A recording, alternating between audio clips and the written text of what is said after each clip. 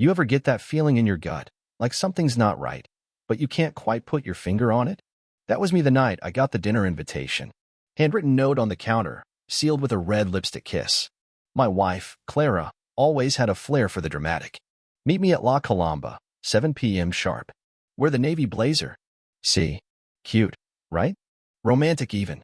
If you'd asked me that morning, I'd have said our marriage was solid, rock solid, even. Sure, we had our tiffs. She hated how I left socks by the bed. I hated how she watched those dating reality shows like they were televised gospel. But nothing major. Nothing divorce-worthy. So I showed up. Navy blazer. Fresh shave. Even ironed my shirt, which should have been my first clue this wasn't going to be a normal night.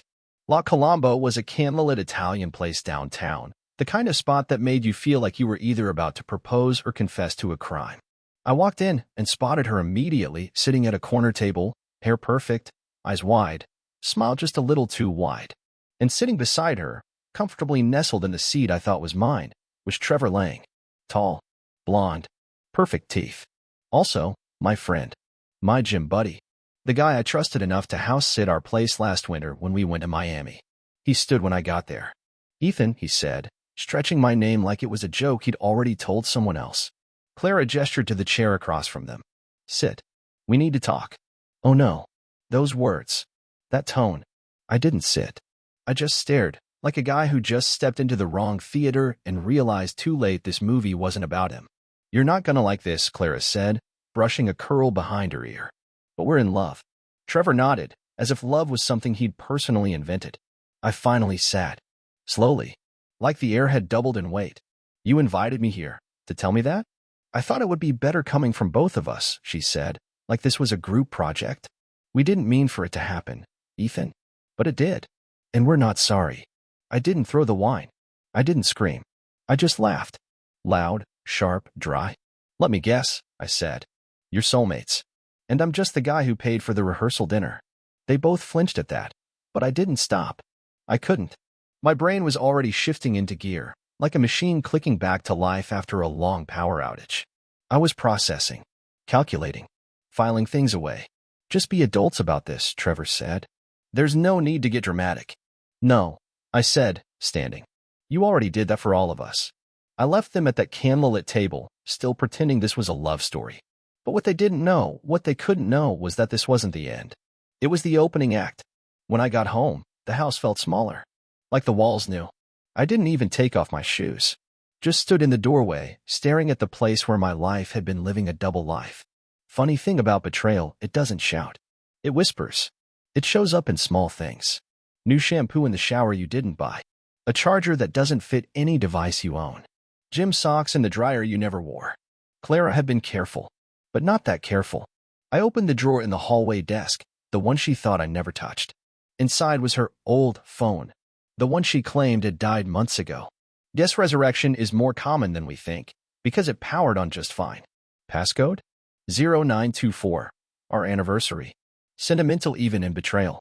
The texts were there. Pages and pages of them. Trevor, you were amazing last night. Clara, I still smell like you. Trevor, Ethan's too dumb to notice. Clara, he's always so vanilla. I should have felt rage. And I did, but it wasn't fiery. It was cold. Clean. The kind that doesn't burn, it sharpens.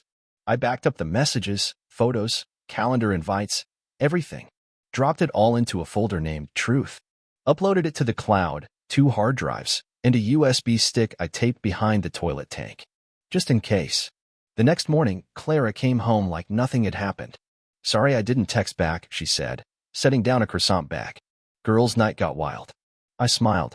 Hope you had fun. She blinked, wary. You're in a good mood. Got a lot on my mind, I said, sipping coffee. Work stuff. She nodded, but she was watching me like she was trying to figure out if I'd been rewired.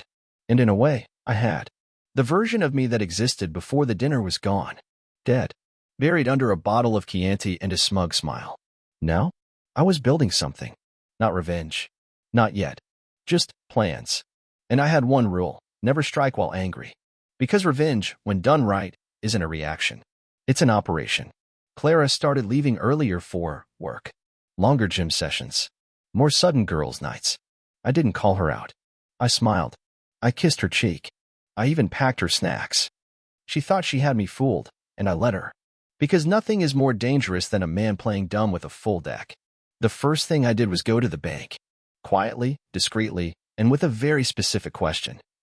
What's the maximum I can move into a separate account without triggering a joint account alert? The teller smiled like I'd asked for an extra lollipop. As long as it's not joint funds, sir, anything from your personal deposits can be moved.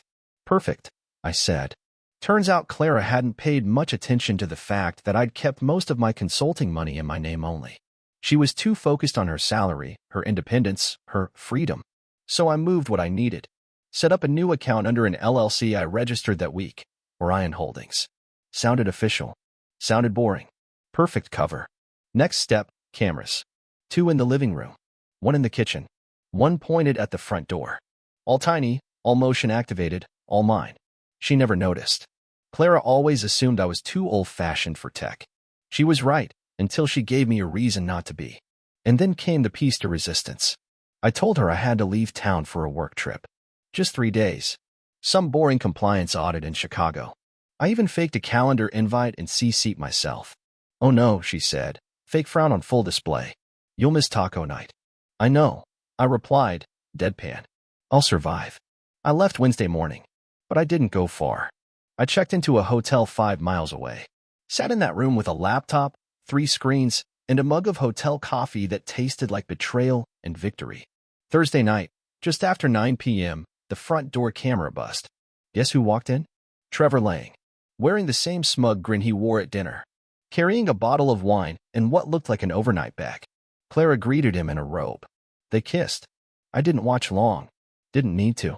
I clipped the video, labeled it 9:07 p.m., and saved it in the truth folder. I wasn't mad.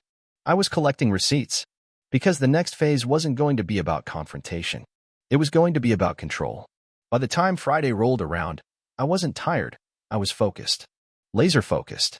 The kind of mental clarity you get when you've burned away every ounce of hope and all that's left is purpose. At 10:43 a.m., Clara texted me. Hope your trip is going well, Red Heart. I stared at the screen. No anger. Just precision. All good. Back late tomorrow, I replied. That evening, I ordered room service, steak, medium rare, because even heartbreak shouldn't mean skipping dinner, and reviewed the footage again. Not because I needed to, but because I wanted to understand what they were like together. The rhythms, the patterns, where they kissed, where they whispered. It was a surveillance operation now. I was detached, clinical, cold. Trevor had to tell, he always adjusted his watch before kissing her, like he needed to make sure time was still on his side. And Clara? She giggled. Not the laugh I used to love. A new one. Forced. The kind women learn when they're trying to impress someone who doesn't deserve them. Perfect. Saturday morning, I checked out of the hotel. Stopped by the office to print some documents. Then I went home. The house was spotless. Clara was on the couch in yoga pants and a sweatshirt, acting like she'd just woken up from a spa retreat. She looked up, smiled. Hey, babe. How was the trip? I smiled back. Productive. She kissed my cheek like a stranger might, polite, brief, and forgettable. We spent the afternoon in this weird domestic pantomime. She cooked. I complimented her. We watched a movie. I didn't flinch when she checked her phone every 5 minutes like a teenager waiting for a prom date. That night, I suggested we go for a walk. She hesitated. No. Yeah, it's a nice night. We walked through the neighborhood like nothing was wrong. Like we were still that couple with matching Christmas pajamas and a dog named Baxter. Baxter died 2 years ago. Cancer. I cried more over that dog than I ever would over her. As we passed the community fountain, I stopped. Clara, I said, voice steady, do you still love me? She blinked. What? Of course I do. What kind of question is that? I'm just asking. She laughed, nervous, brittle. Is this about the trip? You sound weird. No, I said. It's about us. She looked away, stared at the water. Ethan, sometimes love changes. I nodded. That's what I thought. We went home in silence. She went to bed early. I stayed up late, sending a series of emails. One to my lawyer, one to HR, and one to a private security firm that owed me a favor. See, what Clara didn't know was that the house wasn't just full of memories. It was full of proof. And I had enough now. The next week moved quickly. Tuesday morning, Clara left for work like normal. I waited 10 minutes, then opened the safe in my office. Inside, a binder, neatly labeled Exhibit A. It had everything: text logs, footage, financial statements showing shared dinners paid for by our joint account, hotel receipts, phone GPS history. I didn't just want to catch her. I wanted to own the narrative. At 11:15 a.m., I walked into the office of Julia Mallory, a divorce attorney who made seasoned prosecutors sweat. She flipped through the binder, expression unreadable. After a few minutes, she looked up. "You did your homework. I don't like surprises." She smiled. "You're going to do just fine." We drew up papers that afternoon. No yelling, no bitterness, just business. Wednesday morning, Clara came home to find me in the kitchen, coffee in hand, calm as a monk. She smiled. "You're up early." "Didn't sleep much," I said. "Wanted to get a head start." I handed her the manila envelope. "What's this?" "Open it." She did. Her face changed color 3 times before she even reached page 5. "You're divorcing me?" "No, Clara," I said, sipping my coffee. "I'm liberating myself." She stared at me. "You can't just—" "I can," I said, cutting her off. "And I am. The house is mine. Your lawyer will confirm it. The prenup holds up, and the adultery clause? That just makes it airtight. But I know everything, Clara. The texts, the videos, the fact that you brought him here, into our home, into our bed." Her mouth opened, closed, like a fish gasping for air. "And here's the part you're really not going to like," I added. "Trevor? He's being investigated for embezzling funds from his firm. And now that I've submitted the footage of him on this property during work hours, well, you might be getting a few questions too." "Ethan, please," she said, voice trembling now. "Can we talk about this?" "We are talking," I said. "But we're not negotiating." She dropped into a chair. "I didn't mean for it to happen like this. None of you ever do." I walked out of the kitchen, leaving her sitting there, clutching the envelope like it might explode. It already had. Clara didn't move from that chair for a long time. I went upstairs, closed the door, and listened. Silence. A big, bitter silence, the kind you usually find right before a thunderstorm or a breakup text. By Thursday morning, she had shifted into phase 2, bargaining. She made eggs, toast, bacon, even squeezed fresh orange juice, something she hadn't done since Obama was in office. "I thought we could have breakfast together," she said. I looked up from my phone. "I'm good." She stared at the plate she made, then at me, like she was expecting a pat on the head for effort. "Ethan, can we please talk about this?" I sighed. "Clara, we already did. This isn't a debate club. This is happening." She clenched her jaw, her eyes getting that glazed, desperate shine. "We can fix this." I was confused. "I didn't mean to hurt you." "Clara," I said calmly, "you didn't trip and fall into an affair. You booked hotel rooms. You invited him into our home. You mocked me in messages. That's not confusion. That's choreography." Her hands balled into fists. "So you're just throwing away 10 years? "No," I said. "You did that the moment you made it public." And there it was. Her face twisted just slightly. "You watched the footage?" I nodded. "Every second." She went quiet after that. Just stood there like someone trying to remember how to lie in a way that might still work. By Friday, the lawyers were involved. Julia Mallory was like a precision-guided missile in lipstick. She filed the papers, served Clara at her office, and sent a carefully worded email to Trevor Lang's employer, just a polite little note confirming his presence on my property during work hours and suggesting they contact me for clarity. Saturday morning, I got a message from a blocked number. "Trevor, you're making this a lot harder than it needs to be." I replied with a screenshot of the footage of him walking shirtless through my hallway, holding a bottle of wine, timestamped at 2:13 p.m. on a workday. He didn't respond. But on Monday, HR at his company did. "Thank you for bringing this to our attention, Mr. Whitmore. We take allegations of employee misconduct very seriously." It wasn't long after that Clara got another letter, this one from Trevor's lawyers, terminating whatever fantasy life they were building together. Turned out, Trevor had a lot to lose. Wife, kids, pension. I was just the spark. He was the powder keg. And it didn't stop there. Our friends found out. Well, my friends. The ones we used to host for game night, the couples we'd gone on trips with, the neighbors who always said we were couple goals. Turns out, nothing spreads faster than the truth, except maybe scandal. Lena, one of Clara's best friends, called me that week. "Ethan, I'm so sorry. I had no idea. If I had, I would have said something." I believed her. Lena was sharp, but loyal. Clara had kept the affair quiet in her inner circle, probably because even she knew how bad it looked. I appreciate that, I said. Just don't take sides. I'm not, she said. But if I was, I'd be on yours. I hung up and stared at the ceiling. This wasn't just about revenge anymore. This was about clearing the wreckage and rebuilding on my terms. So I made a post. It wasn't long, just a picture of the divorce papers with one line. Some things are broken on purpose, but the rebuild? That's all me. It went viral in our circle. Subtle enough to keep me classy. Direct enough to make Clara squirm. She texted me later that night. Was that really necessary? I didn't respond. She moved out 2 days later. Didn't say goodbye. Didn't ask me for a last-minute reconsideration. Just packed her things and left a note on the kitchen counter. I hope one day you'll forgive me. I read it once. Then I fed it to the garbage disposal. Even the machine sounded disgusted chewing it up.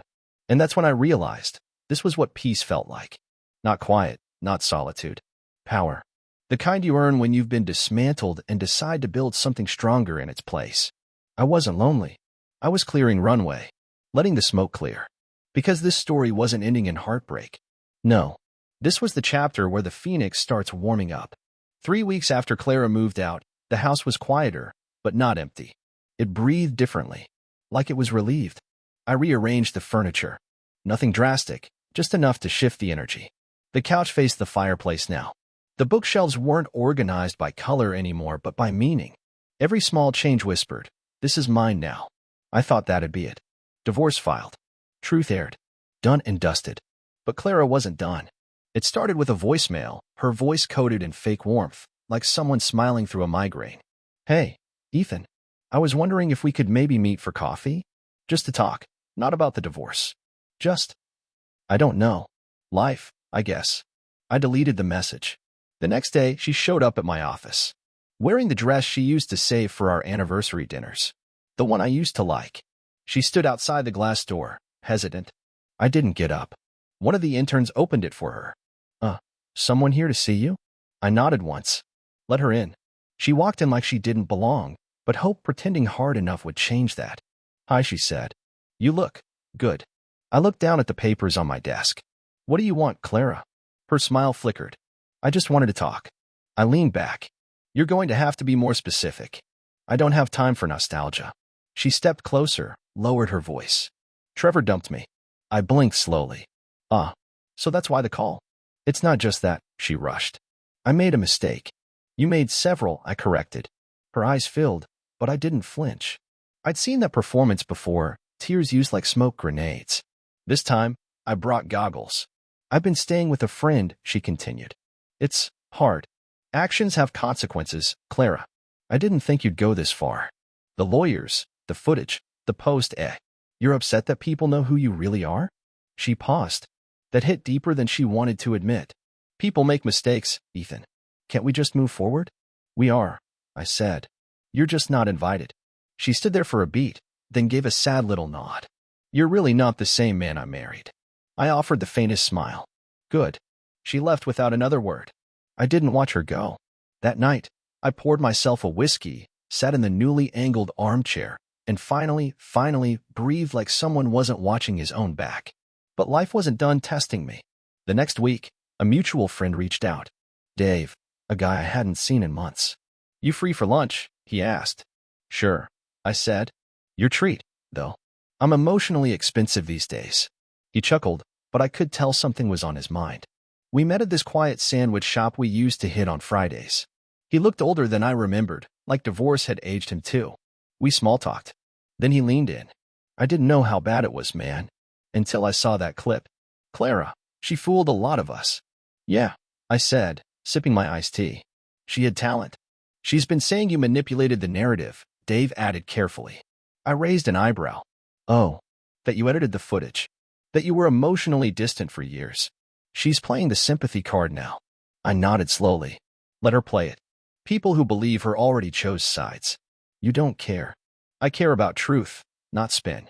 "Besides," I said with a smirk, "the real game already started." He frowned. "What do you mean?" I pulled out my phone and opened a file. A financial spreadsheet. With names. Clara's name. Trevor's. And a few unexpected ones. "What is this?"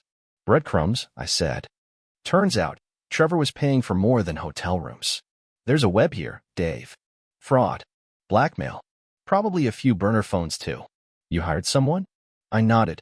A forensic accountant. It's amazing what people leave behind when they think they're winning. Dave stared at the screen, then back at me.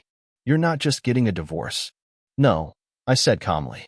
I'm dismantling an empire of lies. He whistled. You've changed. Not really, I said. I've just stopped tolerating nonsense and nice packaging. Back at home, I updated Julia, my lawyer, and sent the files over. She called me 10 minutes later.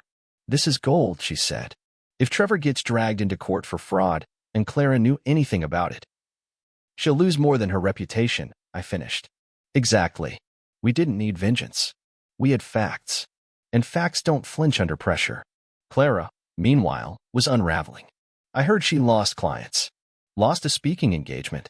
Her Instagram, once a steady stream of curated brunches and beach views, had gone dark. And when people lose control, they get reckless. Which is exactly what I was counting on. Revenge isn't an explosion. It's a switchboard. You don't hit one big red button, you flip switches one by one, until the whole board lights up and someone realizes their house is burning down. I was halfway through that board. Trevor had gone dark. Not surprising. His company announced a sudden leave of absence for him, and rumors trickled out that the internal audit wasn't going well. There was even talk of police involvement. No charges yet, but I wasn't in a hurry. Sometimes you plant seeds, and sometimes you just water the weeds and let the system do what it does best, choke the garden. Clara, on the other hand, was flailing like a fish on dry land. She started showing up places I never expected to see her. At the gym I'd been going to for years. At the wine bar where I met my accountant on Thursdays. One time, she even accidentally bumped into my sister at the farmer's market. She's unraveling, my sister said bluntly. Wearing sunglasses indoors. Asking about you like you're some ghost she dreamed up. She's not asking, I corrected. She's gauging. Gauging what? If she still has a foothold in the narrative. Because that's the thing, people like Clara don't break down. They break open. And what spills out is usually more lies dressed up as vulnerability. So I stayed silent. Publicly, anyway. Privately, I was building the final act. The legal proceedings were moving along smoothly. Julia Mallory, in her signature no-nonsense tone, informed me that Clara's legal team had attempted a revised settlement offer. They want to renegotiate the terms, Julia said, dry as toast. I leaned back in my chair. Why? Apparently, Clara's counsel believes she deserves part of your business assets. I actually laughed. She never worked a day in my firm. They're arguing moral support. I nearly spit my coffee. Well, in that case, I'd like 20% of Apple for all the iPhones I've morally believed in. Julia grinned. Shall I draft the polite version of Get Lost? Make it sing. So she did. And I added a postscript, attached our receipts detailing the adultery, misconduct, and potential fraud entanglements with Mr. Lang.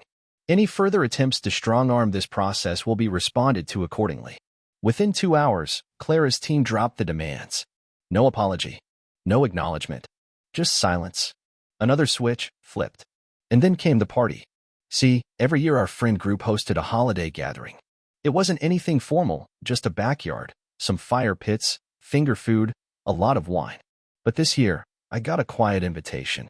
Still want you there, Lena texted. It wouldn't be the same without you. Clara hadn't been invited. That wasn't a mistake. So I showed up, wearing a navy sport coat and a comm that didn't need polishing. People greeted me like a survivor. Hugs. Firm handshakes. Even a few apologies from folks who'd initially believed Clara's early versions of the story. You look good, one guy said, clinking his glass against mine. Feels good, I replied. But then Lena pulled me aside, her expression a mix of amusement and warning. She showed up. I blinked. Clara. She's parked across the street, just sitting in her car. I glanced toward the window and saw the shadow of her face, half-lit by streetlight, eyes fixed on the house like she was watching someone else live her life. She stayed there for 15 minutes. Then she left. Didn't come in. Didn't cause a scene. And somehow, that was worse. Because it wasn't about drama anymore. It was about loss. And she finally knew it. That night, I drove home with music playing, jazz, something smooth and slow. I wasn't celebrating. I wasn't dancing on the grave of what we were. I was closing the file. Until I got the text. From an unknown number. Heard you've been enjoying the fallout. Just know it's not over yet. T. Trevor. Of course. The coward finally found his thumbs again. I didn't reply, but I opened the security app on my phone. Double-checked the locks. Checked the outdoor camera feeds. Just in case. Because when people who have nothing left decide to act like they still matter, things can get messy. But I wasn't worried. Why? Because revenge wasn't a spike of rage. It was a spreadsheet of patience. A blueprint of resilience. And I had one more switch to flip. The final one. The one labeled closure. 2 weeks after that text from Trevor, the police knocked on my door. Not with handcuffs, just questions. Routine, they said. Trevor Lang was under official investigation now. Fraud, wiretampering, potential identity theft. Apparently, he'd been borrowing from multiple accounts, including one that traced back to Clara. I offered them coffee. Sat calmly. Played them clips from my cameras. Trevor entering the house, using Clara's key, slipping into my office once while she showered. Didn't think much of it then, I said, but figured you'd want the tape. One of the officers raised his brow. You sure you're not law enforcement? I smiled. Just a husband. Or ex-husband. Eventually. When they left, I called Julia. It's time. We submitted the final packet of documentation, evidence that not only had Clara been unfaithful, but she may have inadvertently facilitated a felony by giving Trevor access to sensitive financial information. Julia updated the court filing that afternoon. By Friday, Clara's lawyer called to settle everything. Quietly. Quickly. I agreed. But not before sending a message of my own. I mailed Clara an envelope. No letter. No insults. Just one photo. A picture of her and Trevor walking out of that hotel. Stapled to the front page of our finalized divorce papers. The house was mine again, officially this time. I painted the office. Gutted the bedroom. Sold the couch we bought together. It didn't hurt anymore. It felt like cleaning out someone else's attic. Clara tried reaching out once more. An email this time. Long rambling. Some twisted remix of apology and nostalgia. She missed my steadiness. Missed the sound of my laugh. Wanted to know if there was a world where we could at least be friends. I archived it without responding. Some songs don't get a second verse. Trevor? He wasn't doing so hot. I got word he'd been fired, dumped by his wife, and was possibly facing criminal charges if a few more bank statements matched up. He'd gone from wearing $300 dress shirts to asking for extensions on overdue credit cards. Couldn't happen to a nicer guy. Meanwhile, I started sleeping again. Deep, uninterrupted sleep. You'd be amazed what your body lets go of when your heart finally clocks out from night watch duty. I got back into running. Finished a book. Made peace with silence. And on one particularly golden afternoon, I stood on the back porch, sipping coffee, and realized something. I didn't miss her. Not a single piece of her. Not the way she sighed when she was bored. Not the way she complimented other men in front of me as a joke. Not the lies. The gaslighting. The erasure of all the things I gave without asking anything in return. She had taken my trust and pawned it off for a thrill. And I had taken her betrayal and turned it into clarity. 1 year to the day after that infamous dinner, the one where she and Trevor ambushed me over wine, I found myself at La Colomba again. Not out of sentiment. Out of symmetry.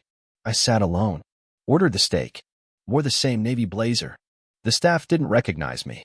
Fine by me. I raised a glass, not to them, but to the man who walked out that night and refused to crawl back. And then, I smiled. Because Clara lost me thinking she was winning. Trevor lost everything thinking he was clever. And I didn't lose anything. I got free. You see, this was never a story about heartbreak. It was a story about clarity. About a man who got played, and played it better. Because in the end, they underestimated me. And that was their final mistake.